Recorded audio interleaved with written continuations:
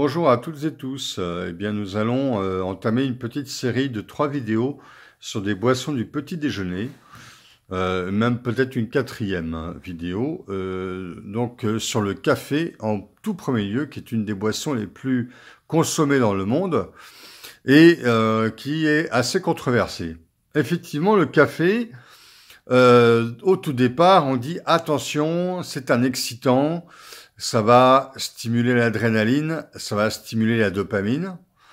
Donc, pour les gens qui ont de l'hypertension, ce n'est pas du tout indiqué. Et de même, pour les personnes spasmophiles ou insomniaques, on évitera le café.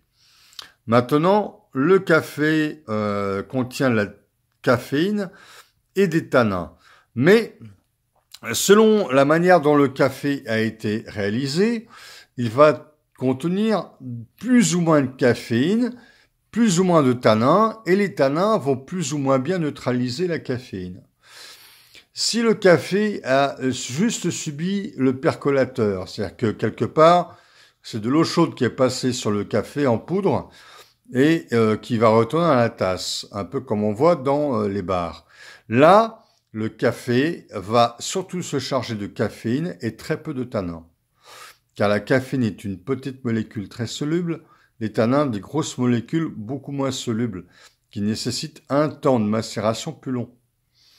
Par conséquent, le café passé au percolateur sera beaucoup plus nocif qu'un café, par exemple, comme le café à la turque, ou le café macéré dans ces espèces de carafes où on va laisser le marc de café dans l'eau chaude, puis on va le séparer avec un séparateur où on pousse, avec une sorte de séparateur ou de filtre.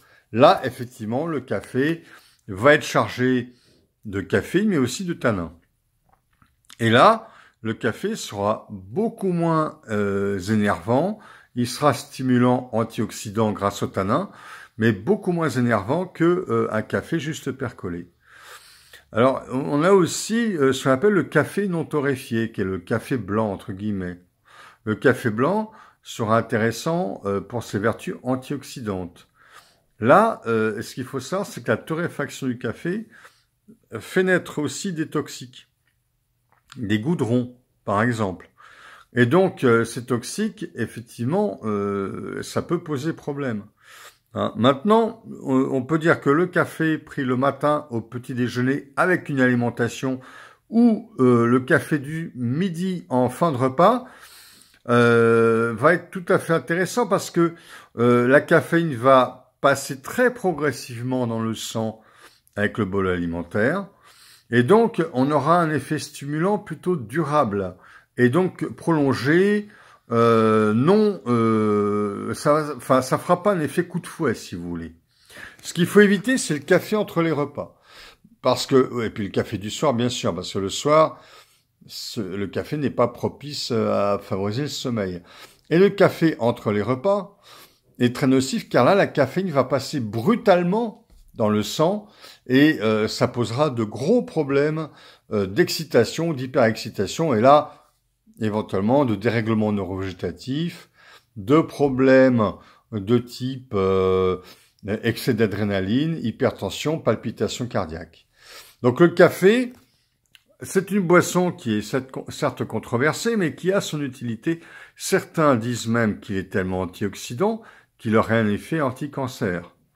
Alors, on va pas s'avancer là-dessus. À mon sens, il y a des alicaments beaucoup plus intéressants, comme par exemple le curcuma, comme l'ail, comme les champignons, qui sont beaucoup plus immunostimulants antitumoraux que le café. Mais néanmoins, le café, pris dans les conditions que j'ai indiquées, ne posera pas de problème. À très bientôt.